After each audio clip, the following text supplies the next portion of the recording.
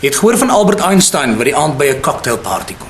En so met die instap en die eerste ou wat hy vasloop, stel hy homself voor en hy vra vir die man, "Wat jou IQ?" Die ou sê vir hom, "My IQ is 162." Albert sê, "Wie, wat dis my baie mooi en interessant en ek dink ons moet deur die loop van die aand bietjie gesels oor die kwantumfisika, mikro-makrokosmos, 'n paar verskynsels in die heelal. As jy kan sê, ons sê ja, enige tyd Albert, ons kan dit doen. Gaan kry vir jou drankie, ons gesels net nou. En so op pad kroeg toe loop Albert hom vas aan 'n tweede ou. En hy stel homself voor en hy vra vir die man, "Wat is jou IQ?" Die ou sê, "Man, so 140." Hy sê, "Ons moet as jy 'n tydjie bietjie gesels oor 'n paar wiskundige redenasies, paar formules en 'n deel bietjie idees uit rondom die wiskunde." Die ou sê, "Nee, dis gaaf Albert, ons kan net 'n bietjie lekker gesels." En so op pad badkamer toe loop Albert hom vas in 'n derde man. Hy vra vir die man, hy sê my, "Wat jou IQ?" Die ou kyk hom so, hy sê, "So net so oor die 40." Albert kyk hom, hy sê, "Kan jy die leeuloop doen?"